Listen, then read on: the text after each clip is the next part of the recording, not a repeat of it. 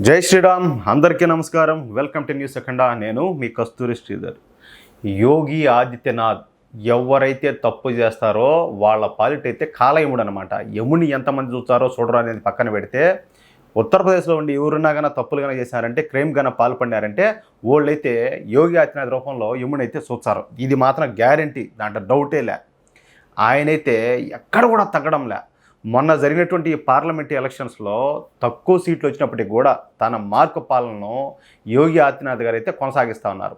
నేరగాళ్లను, అలాగే ఈ రేపిస్టులు, ఈ గ్యాంగ్స్టర్లు వీళ్ళందరూ ఉంటారు కదా, వీళ్ళనైతే ఎక్కడికక్కడ ఏమిలా బుడదో వేసి తొక్కినట్టు తొక్కిపారు దొబ్బుతున్నాడు. మామూలుగా అయితే కాదు.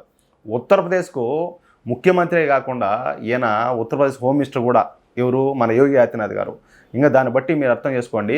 కానీ ఇక్కడ మీకు ఒక విషయం గుర్తు చేయాలి అనేనా, అదేంటంటే ఇప్పుడు యోగి ఆదిత్యనాథ్ గారు ఉత్తరప్రదేశ్ ముఖ్యమంత్రి, అలాగే వచ్చేసి హోమ్ మినిస్టర్ కూడా.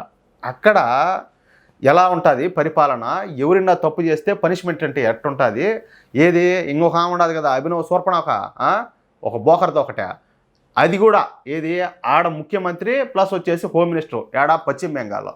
ఒక్కసారి మీరు ఆలోచించండి, పశ్చిమ బెంగాల్లో పరిపాలన ఎలా ఉంటుంది, అలాగే ఉత్తరప్రదేశ్లో పరిపాలన ఎలా ఉంటుంది, ఆడ శాంతి భద్రతలు ఎలా ఉంటాయి, ఈడ శాంతి భద్రతలు ఎలా ఉంటాయి, ఒక్కసారి మీరు ఆలోచించుకోండి. ఆ డిఫరెన్స్ ఎట్లా ఉంటుందో.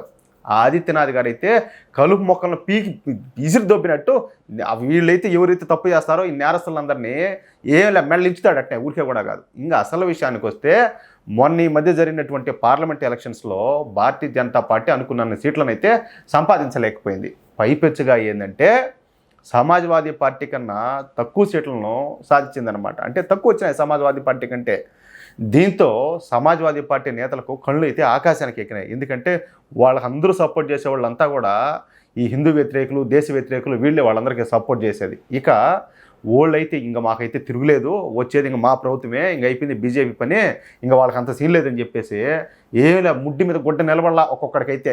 ఇకపోతే ఉత్తరప్రదేశ్లో ఇంకా వచ్చేది ఇంక ఏర్పడేది మా రాజ్యం అని చెప్పి ఇంకైతే వీళ్ళంతా కూడా ఈ సమాజ్వాదీ పార్టీ నేతలు, వాళ్ళ కార్యకర్తలు, ఎవరైతే వాళ్ళ బానిసలంతా ఉంటారో వాళ్ళందరూ కూడా ఆ విధంగా భావిస్తూ వచ్చినారు. ఈ క్రమంలో సమాజ్వాదీ పార్టీ నేతలు మళ్ళీ అయితే తోక జాడించడం మొదలుపెట్టారు.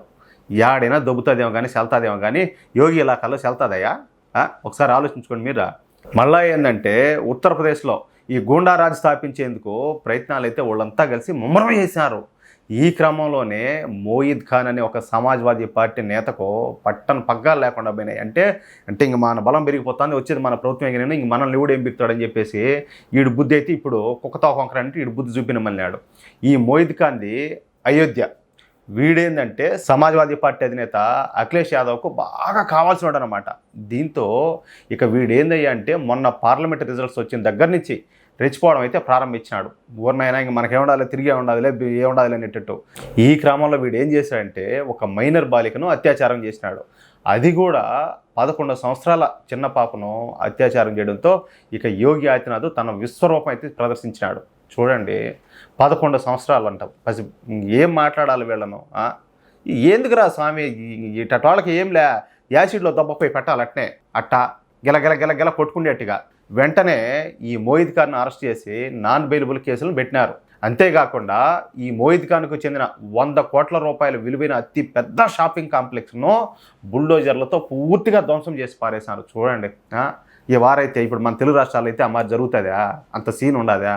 100 కోట్లు 1 ఒకటి రెండు కాదు, అంటే ఒక పసిబిడ్డను, ఒక మైనర్ బాలికలను ఇట్లా అత్యాచారం చేసినాడని చెప్పేసి ఓడికి సంబంధించిన 100 కోట్ల రూపాయల విలువైన షాపింగ్ కాంప్లెక్స్ను బుల్డోజ్ చేసి పడుతున్నారంటే దాన్ని బట్టి మనం అర్థం చేసుకోవచ్చు యోగి పరిపాలన ఎట్లుంటుందో. ఇక ఈ మోయిద్ ఖాన్ను కాపాడడానికి ఏకంగా ఏంటంటే సిగ్గు లజ్జ లేకుండా సమాజ్వాదీ పార్టీ నేత అయినటువంటి అఖిలేష్ యాదవ్ ఎంత ప్రయత్నించినప్పటికీ కూడా అవన్నీ కూడా నెరవేరలా.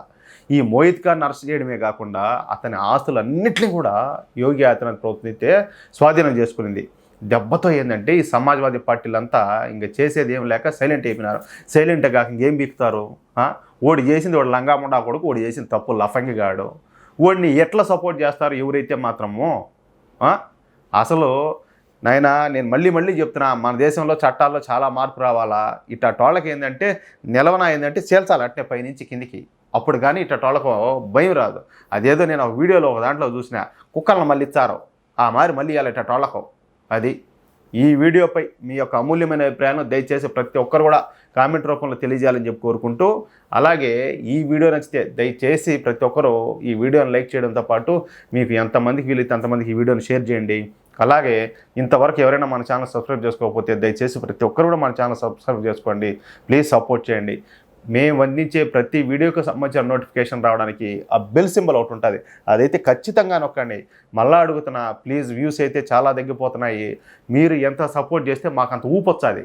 తొక్కిపారు దొబ్బతే అట్నే ఒక్కొక్క నల్ల ఎవడైతే దేశానికి ధర్మానికి ఎవడైతే వ్యతిరేకంగా పనిచేస్తాడో, వ్యతిరేకంగా మాట్లాడతాడో తొక్కినార తీర్చాం అట్టనే అట్టా. కానీ మీ సపోర్ట్ అయితే మాకు కావాలా. ప్లీజ్ సపోర్ట్ చేయండి. జై శ్రీరామ్.